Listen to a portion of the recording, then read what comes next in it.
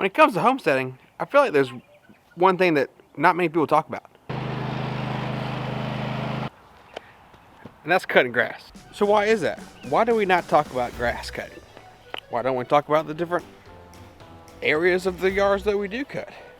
So if you notice, right now is spring. Spring's popping up, flowers are in bloom, everything's starting to grow, and people want to be outside cutting their grass.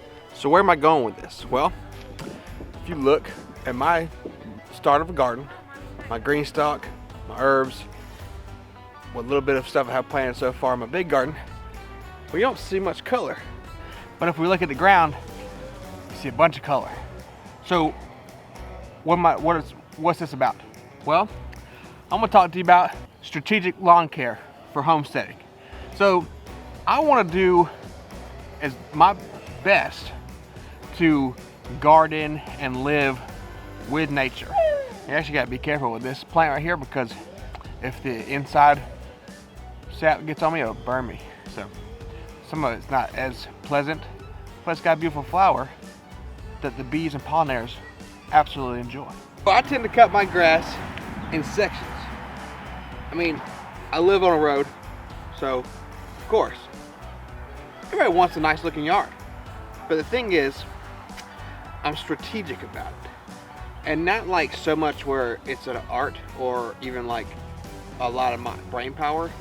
But the fact is, on the outside of my gate, I usually keep that maintained. It's because it's what you see more. Looks nice, very kempt. But then where I am right now, I'll cut it every once in a while, let the flowers grow up. So I've cut this already. I'm about to work on a different spot. And no, I'm not talking about this spot either. But this spot is in the front yard, near the road. Now the reason I'm not gonna cut this is because it's close to my garden, and we're gonna be fencing this in at some point for the goats and the chickens and the dogs to run more freely, have a lot more open space. But I'll leave this growing like a meadow, because I want the spot that's over here that I do cut, of course, I end up cutting the flowers. Then down here, not too far from the garden area, I keep flowers, keep things growing, beautiful blooms. I think that's wild lettuce.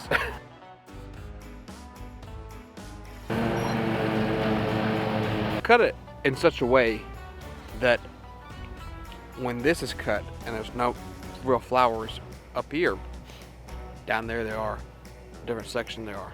So the reason I cut up here, I let this side grow a little bit longer, because multiple reasons. That's because up here grows so quick and so thick. You can think of it like the chop and drop method, where when I cut this, I can rake some up for compost, or I can let it sit. It's going to continue to decompose, make topsoil, more food for the worms in the soil. It's going to benefit me, and it's going to benefit my land. So that's the purpose. At the beginning, I let stuff grow.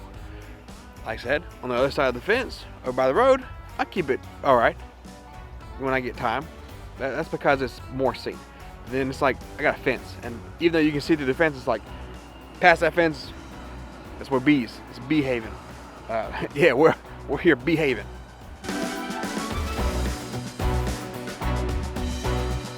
Yes, a beautiful yard is nice, but that doesn't look bad. The kids can still play. It's not super overgrown. So it's like rotational grazing with your cows, right? You just hit sections at a time and you use that area. Here, that looks bad. I do need to clean that up. It has been neglected. Again, I'll be able to rake it up. I can even feed it to the chickens. There's all sorts of things, wild lettuce, all sorts of things in that grass that we don't really know about until you start looking. So I really urge you to just like get in your yard and just see what's out there. There's a great app called Picture This. I think you got to pay for it for the year, like $35 for the year, but 7-day trial.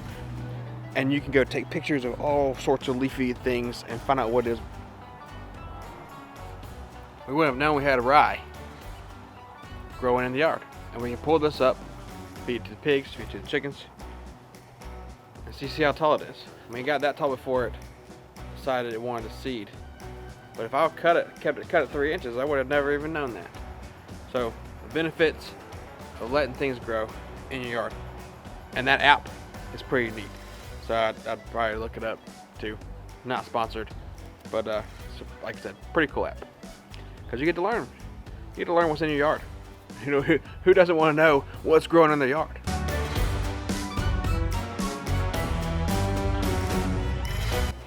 I don't want to get in too high, because then it makes it hard to walk through, and then you get some more. You get a little bit more than you bargained for with gives you some snakes, and those aren't fun to come across. There are beneficial snakes too, but still, it's quite scary. But appreciate you hanging out with me today.